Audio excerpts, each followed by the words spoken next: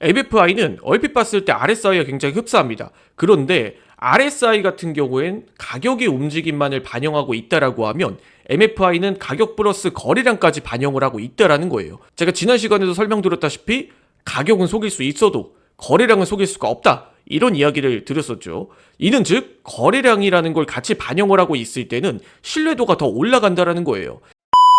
안녕하세요, 해외선물의 정석입니다. 영상을 시청하시기 전에 구독과 좋아요 부탁드리고, 해외 증권사를 사용하시면 나스닥 한 계약 기준 140만원, 최소 증거금 0.01 계약 기준 14,000원부터의 선물 거래가 가능합니다. 자세한 내용은 댓글 혹은 더보기란에 셀프 계좌 개설 영상 혹은 고객센터를 참조해주시기 바라겠습니다.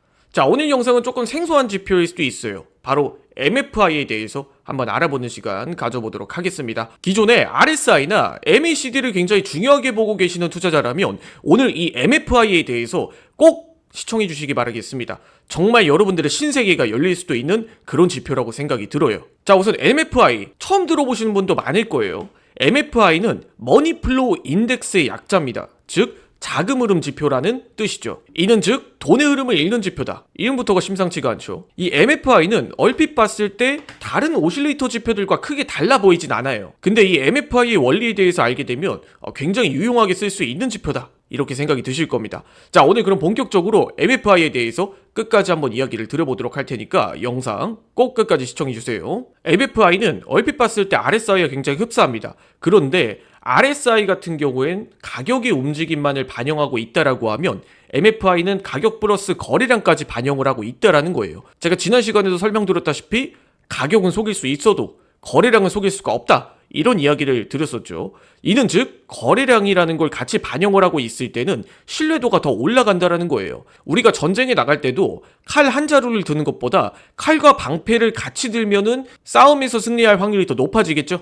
이는 즉 RSI와 MFI의 차이라고 보시면 됩니다. 여러분들이 이 RSI를 중요하게 보고 있었다라고 하면 여기서 거래량까지 같이 반영을 했을 때 오히려 더 승률이 올라간다라는 거죠. 그러한 원리를 담은 게 MFI이기 때문에 여러분들이 기존에 RSI만 보고 있었던 투자자라고 한다면 MFI도 꼭 끝까지 시청해 주셔야 된다라는 거예요. 자, 그럼 본격적으로 MFI를 어떻게 활용하는지에 대해서 한번 이야기를 드려보도록 할게요. MFI도 활용하는 방법은 RSI와 동일합니다. MFI도 과매수, 과매도의 의미를 담고 있죠. 그렇기 때문에 평균적으로 MFI가 20구간에 도달했을 때는 매수, 80구간에 도달했을 땐 매도, 이렇게 활용하는 경우가 일반적이에요.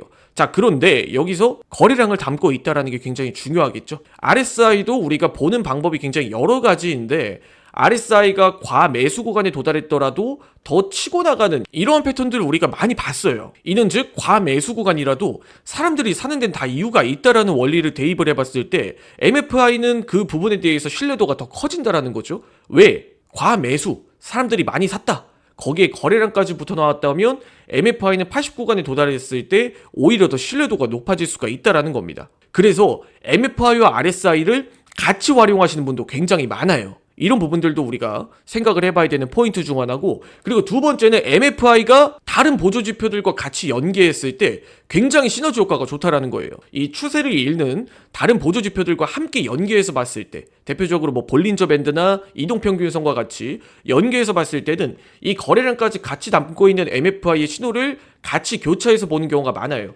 대표적으로 이동평균선이 이렇게 쭉 올라가고 있을 때 캔들이 이동평균선의 값을 이탈했다라고 하면 MFI 또한 80에서 이렇게 쭉 내려왔는 이런 모습이 나왔을 때는 좀 매도 타점이나 매수 타점이 더 명확하게 보인다라는 겁니다. 자, 그러면 본격적으로 한번 매매에서 MFI는 어떻게 활용을 해볼 수 있을까요? 저는 MFI는 매수 타점을 잡기에 최적화된 지표라고 생각을 해요. 왜냐하면 거래량이 늘어나고 있다는 건 누군가는 긍정적으로 물량을 담고 있다는 신호니까. 그러니까 MFI 같은 경우엔 저는 이렇게 활용하시길 추천을 드립니다. MFI가 80구간에서 이렇게 쭉 꺾여 나왔을 때 20구간에 도달하는 경우 혹은 20구간에 이탈하는 경우는 적어요. 그런데 여기서 20구간에 도달했네? 나는 이제 매수 포지션을 담아야겠다, 이게 아니라 MFI가 다시 이렇게 반등을 할 때 이 반등을 하는 지점에서 우리가 매수 타점을 잡는 걸 이렇게 추천을 드립니다. 왜 그러냐면 어느 정도 하락세가 진정이 되고 매도세가 쪼그라들었을 때 다시 매수세로 전환이 되는 시점에서 우리가 매수를 하자라는 거예요. 대표적으로 또 이런 자리가 될 수도 있겠죠. 요런 자리 혹은 요런 자리가 될 수도 있겠죠. 요런 자리 혹은 어느 정도 하락이 진행이 되고 여기서 다시 반등으로 돌아나가는 이런 자리가 될 수도 있습니다. 즉 여기서 거래량이 매도세로 인해 쭉 쪼그라들었다가 다시 한번 매수세로 인해 반등을 하는 이런 자리에서 우리가 MFI를 보고 매수 포지션을 담아가면 된다라는 거예요. 자, 그리고 두 번째, MFI가 이 89간에 도달했을 때를 오히려 긍정적인 신호로 보자라는 겁니다. 다른 오실레이터 지표들은 가장 큰 단점이 MFI가 89간에 도달을 했을 때 혹은 RSI가 79간에 도달을 했을 때 고점 이내 이제 매도 포지션을 잡아가야지 라고 생각을 하고 매도 포지션을 잡았다가 주가가 이렇게 쭉 올라가면서 낭패를 보는 경우가 많아요. 그런데 여기서 MFI가 80에 도달했다라는 건 즉 거래량과 가격이 굉장히 활발한 상태다 라고 해석을 해보고 여기서 다른 보조 지표들과 함께 연계를 해서 활용하시길 추천을 드립니다. 대표적으로 뭐 이동평균선의 정배열이라든지 아니면 이동평균선의 골든크로스 혹은 뭐 이동평균선의 캔들의 돌파 혹은 볼린저 밴드의 팽창, 이런 보조 지표들과 함께 연계해서 살펴보면 오히려 시너지 효과가 더 크다라고 저는 생각을 해요. 그렇기 때문에 기존의 RSI나 MACD 이런 오실레이터 지표들만 중요하게 보셨던 투자자라고 한다면 오늘 이 MFI에 대해서 꼭 차트에 설정을 해두고 활용해 보시길 추천을 드립니다. 자, 오늘 영상 여기까지 하고 마무리 짓도록 하겠습니다. 해외 증권사 계좌 개설 혹은 메타트레이더 관련 문의사항은 고정 댓글에 있는 고객센터 혹은 더보기란에 해외증권사 메타트레이더 셀프 계좌 개설 영상을 참조해 주시기 바라겠습니다. 해외증권사를 사용하시면 나스닥 한 계약 기준 150만원, 최소 증거금 0.01계약 기준으로 15,000원부터의 선물 거래가 가능하다 보니까 자세한 내용은 해외 선물의 정석 유튜브를 참조해 주시기 바라겠습니다.